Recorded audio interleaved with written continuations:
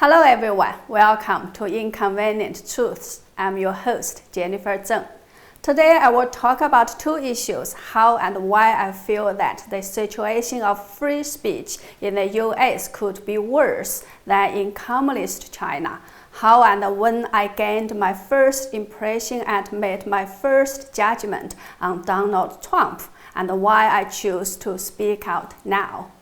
Before I go to my first topic, please make sure you subscribe to my channel and are still subscribed.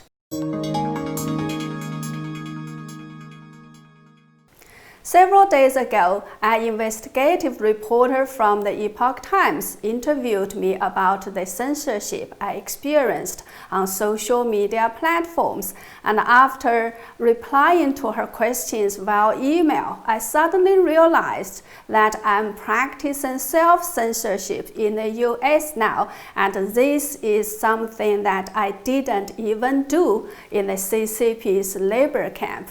Can you believe that? I could hardly believe it myself. But does this mean that the situation of free speech in the US is worse than in communist China? I will tell you what I experienced, and I will let you draw your own conclusion. So here are my real stories. I set up a Facebook page called Jennifer Zeng's blog 3 years ago. I worked very hard on it and accumulated over 284,000 followers. However, on August the 2nd, an account called FB Portal suddenly claimed ownership of the page. Then, on October the 7th, this account changed myself and all other editors to an analyst. After that, none of us, including myself, can post anything on this page, and it thus became dead for me. I complained many times, but Facebook never responded. So I was forced to set up another page called Inconvenient Truths by Jennifer Zeng, and so far have only about 2,000 followers. By the way, if you are on Facebook, please follow me there. So this is the situation with Facebook.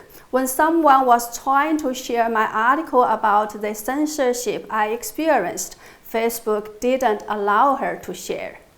As for my Twitter account, I had over 156,000 followers about 2 months ago, but the number keeps dropping ever since, and I've been losing 100 to 1,000 followers every day. Many people told me they got unfollowed without their knowledge. Some say they can't see what I post even though they are following me. My experience with YouTube is not much better. Early this year, during the peak of the COVID-19 pandemic, my entire channel was once demonetized. Although YouTube reversed this decision later on, thanks to a lot of media exposure, almost all my videos were given a yellow flag, which means limited for ads. I felt very pained about this, as YouTube, as well as Facebook and Twitter, suppressed the true information about the pandemic at a very critical time when it was still possible to stop or slow it. They did so because WHO asked them to do so on behalf of the CCP. Now, although I'm not given yellow flags, I'm still being suppressed, and my subscriptions are dropping. People told me that they got unsubscribed, or they are not receiving notifications. They had to search hard to find my programs. Also, since I started talking about the US election, the views suddenly dropped sharply. I seriously don't doubt these videos are being suppressed. Some viewers told me they even couldn't like my videos, nor could they share them on Facebook. And after seeing that many of my friends' accounts or accounts that I know of had been suspended or deleted by Twitter, YouTube, and Facebook, I started practicing self-censorship for fear of being censored. For example, in a recent show about the US election, I dared not use the phrase voter fraud, but only vaguely said problems in the voting system, etc. I was afraid that the phrase voter fraud would be caught by YouTube's AI system, so I had been avoiding that phrase throughout the entire show, and I'm still doing that now, do you realize? Then I realized that I didn't even do this in CCP's China. In 1999, when the CCP launched an all-out suppression of Falun Gong, I still had the courage to write letters to the CCP's leaders with my real name and address. In 2000, I planned to go to Tiananmen Square to display a Falun Gong banner. I ended up not going because I was arrested beforehand. At that time, I was willing to risk my life to defend what I believed to be the truth. After I was arrested for the fourth time, I was sent to Beijing female labor camp, which is as evil as a devil's den. When the vicious police asked me to criticize Falun Gong, I always wrote about how wonderful Falun Gong is and how it only benefits the nation and the people in an open and upright manner. I didn't have fear then, as I didn't care what they would do to me. I was already in a bad enough situation, so I didn't care. I never imagined that after 20 years, when I am in the United States, where freedom of speech is supposed to be ensured, I'm actually practicing self-censorship, something I even did not do in the CCP's labor camp. While I had no fear in the labor camp, I do have fear now. I was afraid if my accounts got deleted or suppressed, I will lose the channels I have to spread the truth. Although there are alternative platforms, accumulating followers needs a lot of time and effort. I don't want to lose my current accounts, which I have worked very hard to develop.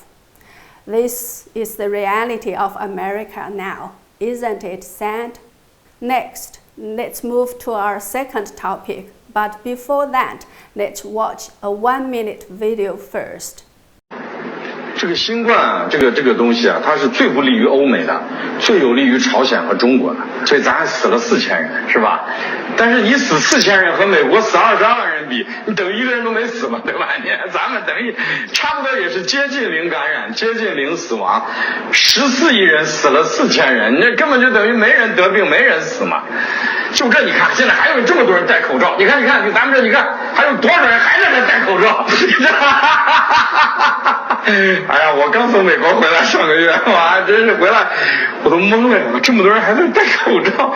在美国大家都在吃喝玩乐，你只管死人，我们照吃喝玩乐。哎，这中国你看，中国经济，全球经济，中国现在一枝独秀，中国超过美国时间提前了，2027年没有问题，美国活不成了，美国活不成。我现在再讲一下，就是在座所有的人，我们不是你们14亿中国人几乎都认识不到这一点，不是中国在整，不是美国在整中国，是我们把美国逼得活不下去了。I'm not sure what your thoughts are after watching this video. For me, the first words that came to my mind were so evil. It was so evil because he laughed over people's deaths. 4,000 Chinese people's deaths were nothing in his eyes, as the virus has killed far more Americans.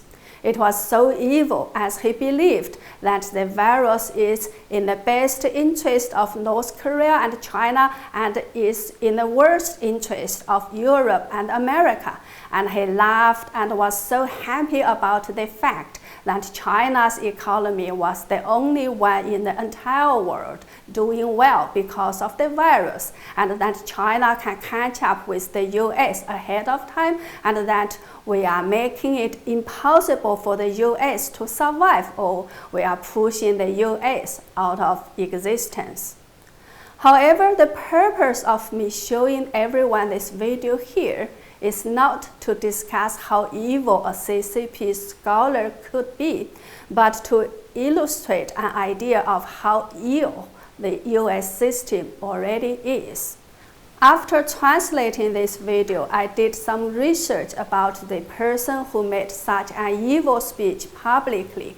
I was shocked to find that he actually gained his MA and PhD degrees in the US and is a permanent US resident who lives in the greater New York area. And let me tell you that he is not the only one. There are a lot of people from CCP's China like him who claim that to be anti-America is only my job, to stay in America is my life, or my choice of way of living. So, there are a lot of people like him who get paid to do or speak about things that damage the US, but are still allowed to stay in the US and enjoy all the great things that the US has to offer. And what makes me more uneasy is, although this US election is far from over and Trump's legal team is still pursuing lawsuits regarding the integrity of the election, the mainstream media have already started to create an impression that the US-China relations will be improved and back to normal after Biden takes power. Like I said in my last show, although the CCP has been purposely keeping a very low-profile position regarding the US election results, the CCP's overseas mouthpiece Global Times couldn't wait any longer to jump out to say that new US officials could bring back rational approach to relations with China. Relation approach in the CCP's eyes is to continue the engaging China policy of Obama and other presidents before him to allow the CCP to take endless advantage of the US and the world. How could the politicians who pursued the engaging China policy be so stupid as to allow the CCP to do so much damage to Western society? Why should we have our doors wide open to people like this evil professor of the CCP? I really don't understand why we hadn't done anything about this before the Trump administration started to talk about banning CCP members from migrating to the US. What worries me and many other Chinese Americans is, if Biden really wins, can America still have the ability to withstand the CCP? I came to the US in 2011. In 2015, when Donald Trump first came out and announced that he would run for president, I found I knew very little or virtually nothing about him. However, from the reactions of people around me, as well as from the media, I gained a vague impression that he was just a playboy from the entertainment industry. He just wanted to have some fun to gain some more fame, and he didn't really want to be the president, and that nobody would take him seriously. So I didn't pay much attention to him either. Then, in April 2016, he came to Los Angeles to do a rally and made a roughly 40-minute speech. So far at that stage, I only heard about people's comments and reports about him, plus some 10-second soundbites of him in some of the news reports.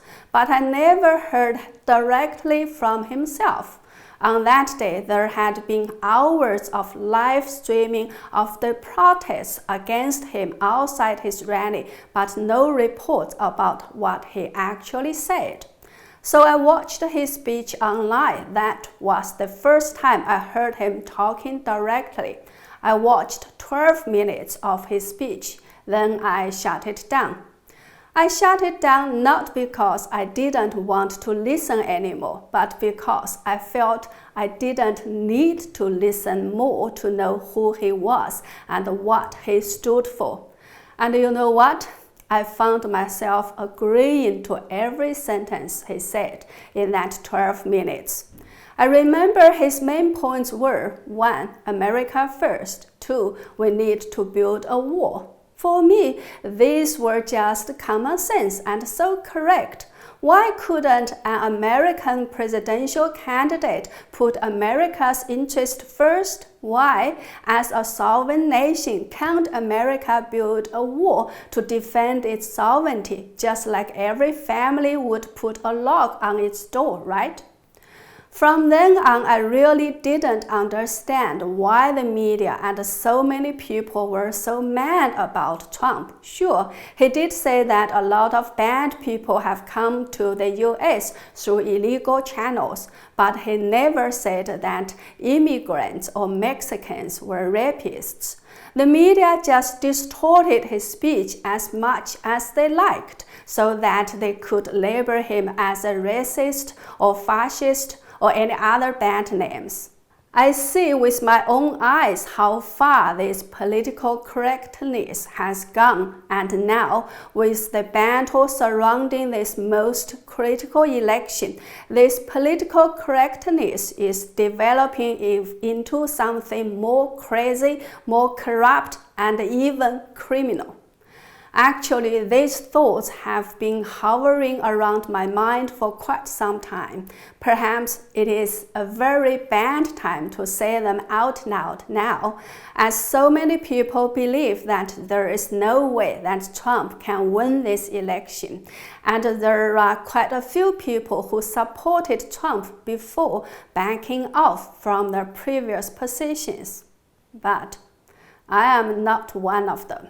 I do things based on what I believe to be right, not based on calculations about who is going to win and who is going to lose. In some sense, I have gotten accustomed to going against the tide, and that's what I've been doing in the past 21 years, when the CCP uses all its forces to crack down on innocent, harmless, and powerless people like me. And I still have faith and hope in my heart. At the darkest moment, I still believe that truth and justice will prevail. Okay, that's all for today. Actually, I feel quite relieved for having spoken what's on my mind. Thank you for watching. Please do subscribe to my channel, help me spread my messages, and check out my other videos. Thank you. See you soon.